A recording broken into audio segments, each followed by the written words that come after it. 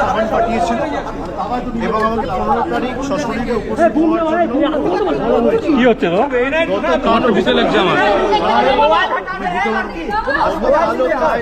জিজ্ঞাসাবাদ করেছে এবং বিগত দিনে কেসে আমাকে শেষ ডাকা হয়েছিল 2023 সালের নভেম্বরে। আমি তখনও এসেছিলাম, তার আগে সেপ্টেম্বরে ডাকা হয়েছিল, আমি তখনও এসেছিলাম। আমাকে দিল্লিতে দুবার ডাকা হয়েছে, আমি গেছি, আমি সিবিআইয়ের অফিসে গেছি, সব মিলিয়ে প্রায় 10-12 বার কেন্দ্রীয় তদন্তকারী সংস্থাদের সামনে উপস্থিত হয়েছে। আমার সামর্থ্য অনুযায়ী যতটুকু সাহায্য সহযোগিতা করা, যেগুলো তাদের জ্ঞাতার্থে আনার প্রয়োজন, যে প্রশ্নগুলো আমাকে করেছে আমি এবং তারা তাদের কাজ করছে।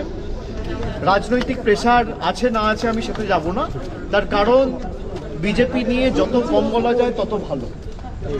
একদিকে দল ভাঙানির খেলা, আর একদিকে বিরোধী শক্তি যারা লড়াই করছে মাথা নত না করে তাদেরকে কি করে দমানো যায়, তাদের ধমকানো যায়, চমকানো যায়, তাদের ভেঙে গুড়িয়ে দেওয়া যায়, কার্যত বিরোধী শূন্য করে দেওয়া যায় পশ্চিমবঙ্গকে, সেই চেষ্টাই গত 1 মাস ধরে করা হয়েছে।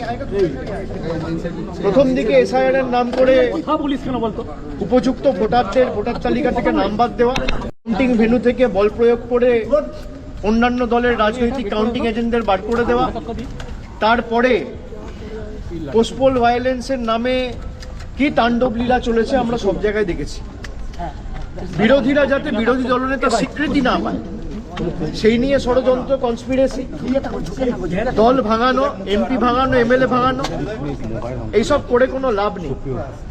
তারা ভেবেছিল যারা এজেন্সির ভয়ে এদিক ওদিক চলে যাচ্ছে মমতা বন্দ্যোপাধ্যায়ের সাথে বা মানুষের স্বার্থকে সামনে রেখে যারা লড়াই করছে, আমরা হয়তো চলে যাব, দমে যাব, মাথা নত করব, আত্মসমর্পণ করব, বিকিয়ে যাব। আমাদের গলা কেটে দিলেও আমরা আত্মসমর্পণ করার লোক না, আমরা লড়াই করার লোক। আমাকে যতবার ডেকেছে আমি বিগত দিনেও এসেছি, আমি আগামী দিনেও আসব। যে কেস নিয়ে আমাকে ডাকা হয়েছে,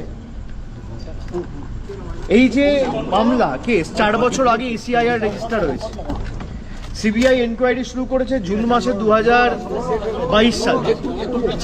তৎকালীন শিক্ষামন্ত্রী পার্থ চট্টোপাধ্যায় গ্রেপ্তার হয়েছিলেন জুলাই মাসে। যারা যারা গ্রেপ্তার হয়েছিলেন কেউ আজ পর্যন্ত এখন আর কোনো সুরাহা হয়নি। যাদের চাকরি পাওয়ার কথা ছিল, আমরা সকলে চেয়েছিলাম প্রক্রিয়া যত তাড়াতাড়ি সম্ভব হয়ে উপযুক্ত ব্যবস্থা নিয়ে মেধাযুক্তদের তালিকায় কোনোভাবে নাম তুলে যথাযোগ্যভাবে এই চাকরির প্রক্রিয়াটা একদম ট্রান্সপারেন্ট ভাবে করা হোক। আমি আমার মতো করে চেষ্টা করেছি। যখন যেখানে আমাকে যা প্রশ্ন করেছে আমি তার উত্তর দিয়েছি এবং আগামী দিনেও তারা যদি আমাকে ডাকে, আমার যদি কোনো পূর্ব নির্ধারিত কর্মসূচি না থাকে, আমি নিশ্চিতভাবে